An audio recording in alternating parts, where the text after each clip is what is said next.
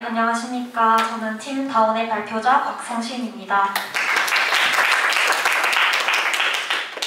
마지막 발표라서 좀 떨리는데 끝까지 잘 들어주시면 감사하겠습니다. 저희 과업 소개는 발표 내용에 담겨져 있어서 발표 바로 시작하도록 하겠습니다. 먼저 목차입니다. 저희는 기업 및 과업 소개, 빈마루 상황 분석, 소비자 조사, 관광 기념품 적합 여부, 장단기 목표, 기대 효과 순으로 발표하도록 하겠습니다. 저희 앞팀에서 소개를 너무 잘 해주셔서 저희는 간단히 설명드리고 넘어가도록 하겠습니다. 빈마루는 재료에 집중할 때 가치가 살아난다 라는 철학으로 최소한의 가공으로 자연 본연의 맛을 담은 인어의 간식과 티가도를 판매하고 있습니다. 빈마루란 빈맛의 꼭대기라는 뜻인데요. 저희 빈마루 제품은 마종물 대표님께서도 인정하는 최고의 맛을 자랑하고 있습니다. 저희 기존 제시과업과 기업 미팅을 통해서 파악된 과업은 다음과 같습니다. 팀 다운은 이를 종합하여서 주 과업을 SNS 홍보 활성화 및 B2C 채널 확대로 삼고 활동을 진행했습니다. 이러한 과업들을 수행하기에 앞서서 빈마루와 김부각 시장에 대해서 조사해 보았는데요. 조사 결과 첫째, 인터넷에 김부각을 검색하면 약 3만여 개의 검색 결과가 나올 정도로 레드오션 시장입니다. 둘째, 빈마루의 기존 타깃은 30대 기혼 여성이며 술안주, 간식, 반찬 등으로 다양하게 제시되고 있으나 포지셔닝이 뚜렷하지 않습니다. 셋째, 빈마루는 타 브랜드에 비해 가격대가 높습니다. 따라서 특정 성별과 연령대를 타깃으로 삼는 것이 아니라 다른 방식으로서 새로운 타깃 설정과 포지셔닝 도출이 필요하다고 생각했습니다. 저희는 새로운 타깃 설정을 위해 소비자에 대한 조사를 진행하였습니다. 이베이 코리아의 한 설문조사에 따르면 플렉스하는 자린고비 경향을 확인할 수 있습니다. 이는 식품과 생필품은 가성비를 따지는 대신 명품이나 프리미엄 가전처럼 고가 제품에는 오히려 과감하게 소비를 하는 것을 말하는데요. 이왕이면 싸고 저렴한 제품을 찾는 카테고리가 무엇이냐는 질문에 5%만이 여행이라고 답하였습니다. 따라서 저희는 여행에서는 돈을 아끼지 않는다라는 판단을 하였고 이는 비교적 높은 가격대를 지닌 빈마루 특성에 알맞은 시장이라 생각했습니다. 여러분 혹시 투어 리슈머라는 신조어를 들어보셨나요? 이는 여행객을 뜻하는 투어리스트와 소비를 뜻하는 컨슈머가 결합된 합성어로 여행지에서 다양한 물건을 구매하는 국경 없는 소비자를 뜻합니다. 그렇다면 투어 리슈머들이 가장 많이 사가는 관광 기념품 종류가 무엇일까요? GS 칼텍스에서 진행한 설문조사에 따르면 약 64%가 간식이라고 답하였습니다. 이에 빈마루는 관광객으로부터의 수익 창출 가능성이 충분하다고 보았습니다.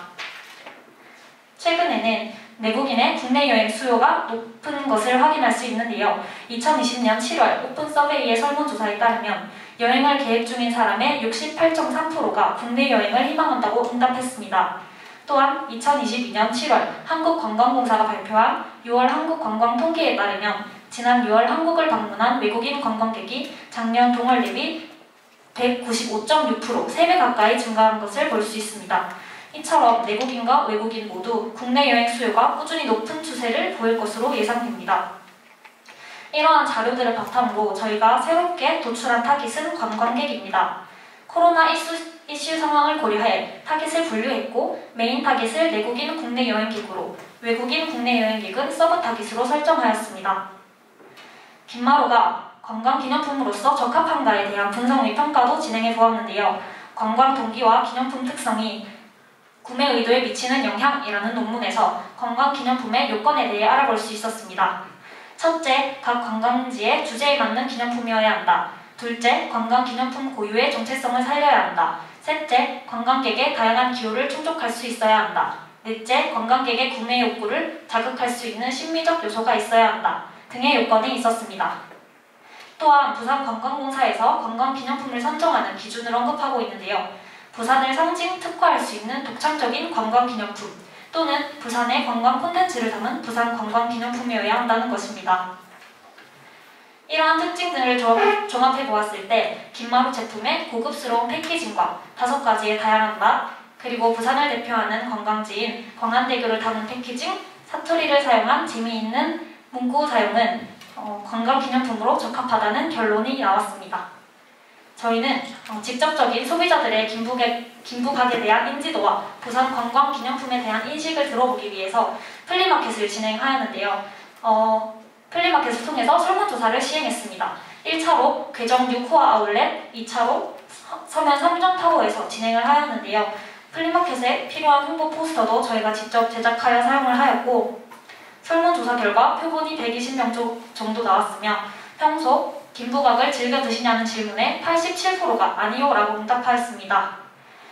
그리고 김부각 가면 떠오르는 브랜드를 묻는 질문에는 82%가 모른다고 답했으며 부산 기념품으로 떠오르는 것을 묻는 질문에는 67.5%가 없음 또는 모른다고 답했습니다. 이 설문조사를 통해 저희는 다음과 같은 사실을 확인할 수 있었습니다. 첫째, 김부각을 평상시에 자주 사먹는 사람이 드물다. 둘째, 김부각은 저관여 제품이다. 셋째, 부산 관광기념품의 최초 상기도 제품이 뚜렷하지 않다. 이러한 근거를 토대로 관광기념품 시장에 진입할 수 있는 가능성을 확인했고, 이에 팀다운은 현 프로젝트의 목표를 장기적, 단기적으로 나누어 설정하였습니다. 장기적 목표는 부산관광공사에서 선정하는 기념품 10선으로 선정되는 것입니다. 부산광역시와 부산관광공사는 부산의 상징성과 상품성이 결합된 경쟁력 있는 우수 관광기념품의 집중 발굴과 육성을 위해 부산 대표 관광기념품 10선을 선정하는데요.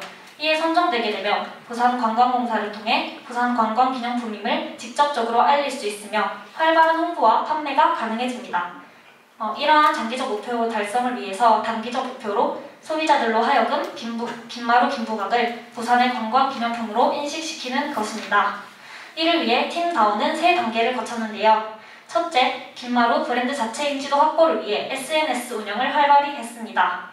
블로그에 김마루 제품 소개글을 작성하고 김부각과 어울리는 음식 레시피를 공유하였습니다. 이렇게 제품 소개 이미지를 제작하여 함께 업로드하였습니다. 유튜브에는 김부각과 어울리는 요리 레시피를 직접 촬영하여 영상을 업로드하였고 배너 이미지도 새롭게 제작하였습니다. 11월 17일 기준 누적 조회수 5,700회를 기록했습니다.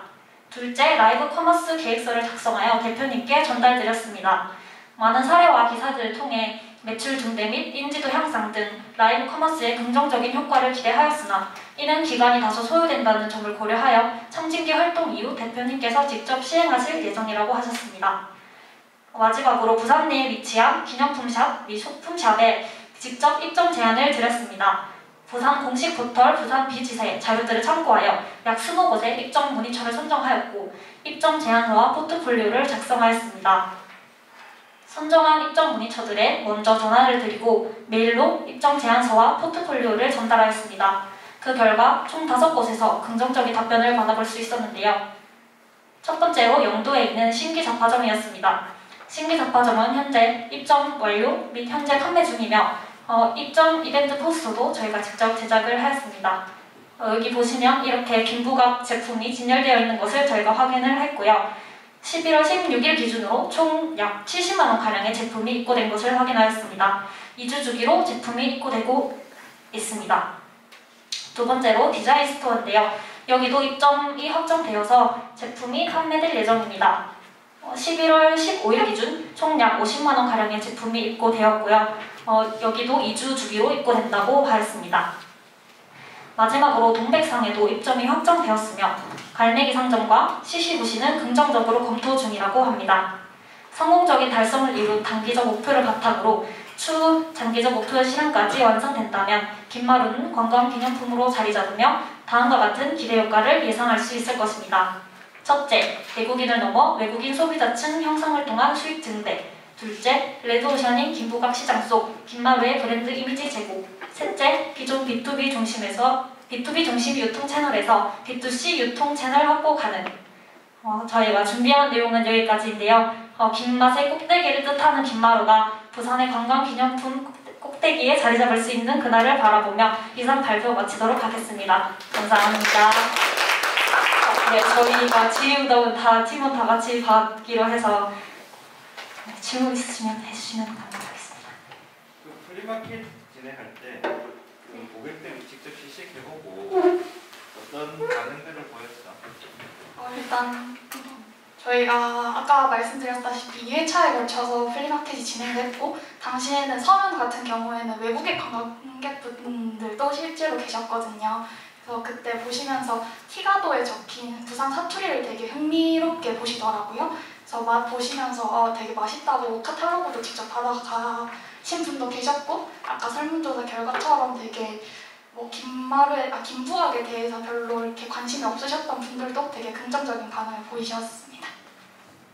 그 티가도의 그 한글 말고 영어로도 돼 있나? 소리 나는 대로? 지금은 1차적으로 한글로만 돼 있는데, 만약에 저희가 추후에 코로나 이슈가 좀 더 잠잠해지고 나면은 그 부분도 좀 고려해 볼 수 있는 상황이지 않을까 생각합니다.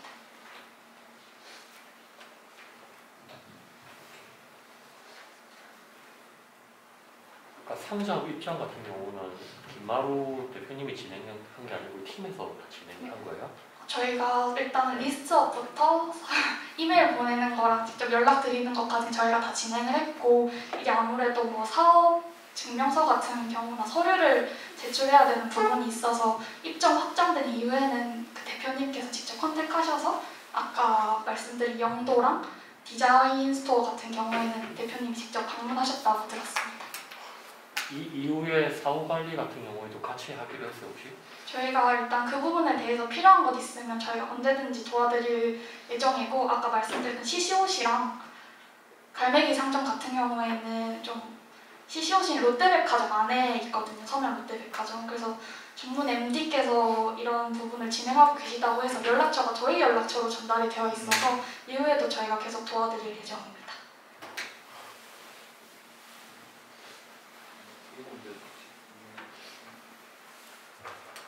제가 하나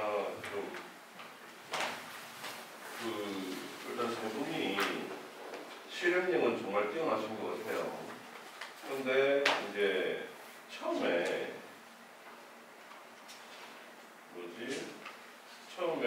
그 여행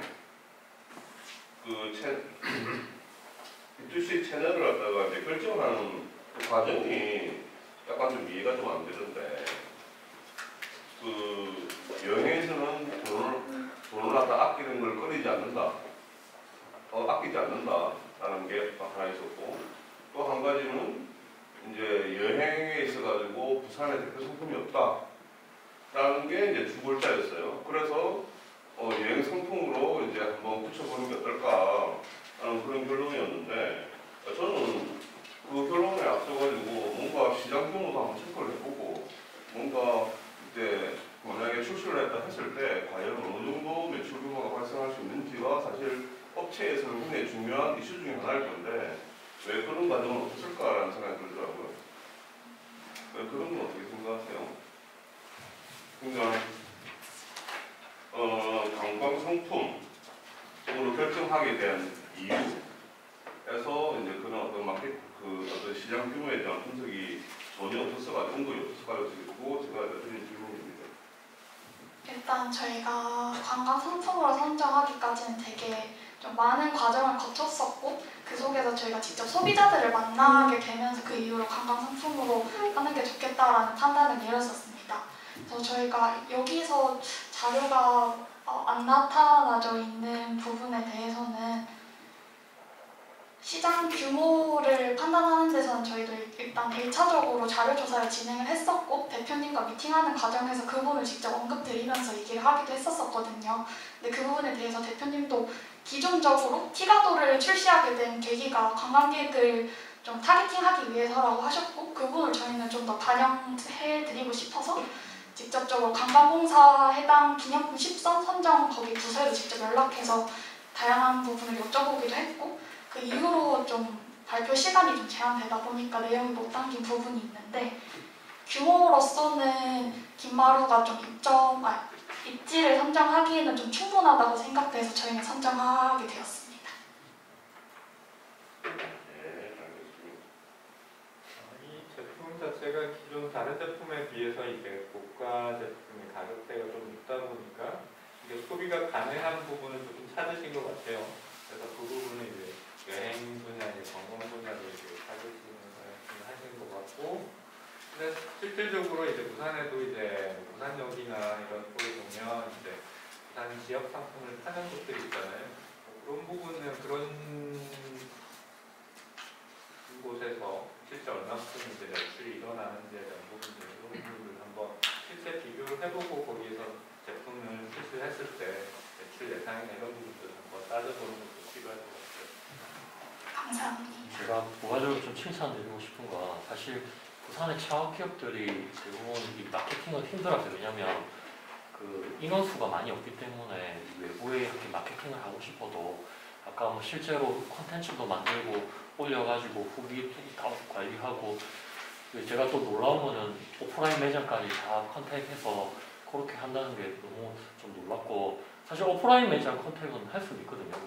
왜냐하면 이게 오프라인 매장 들어간다고 해서 매출이 많이 일어나고 이익이 많이 나는 건 아니에요. 근데 아까 그 온라인 그 컨텐츠와 연계했을 때 그 파급 효과는 아무도 모르거든요.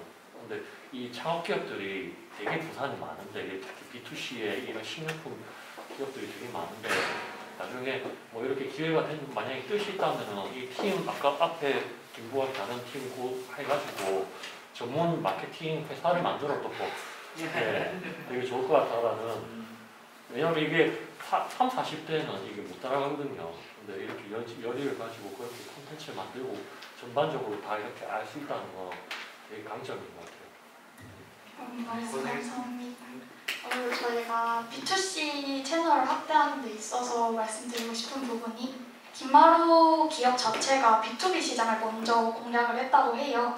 그래서 저희 대표님께서도 B2B 시장보다 B2C 시장 확대를 조금 더 원하셨고 그 부분을 소비자랑 직접 컨택함에 있어서 좀 더 그 의견을 적극적으로 전달할 수 있었고 그렇기 때문에 이런 결과가 도출될 수 있었지 않나 생각합니다. 저희 발표 드려주셔서 감사합니다.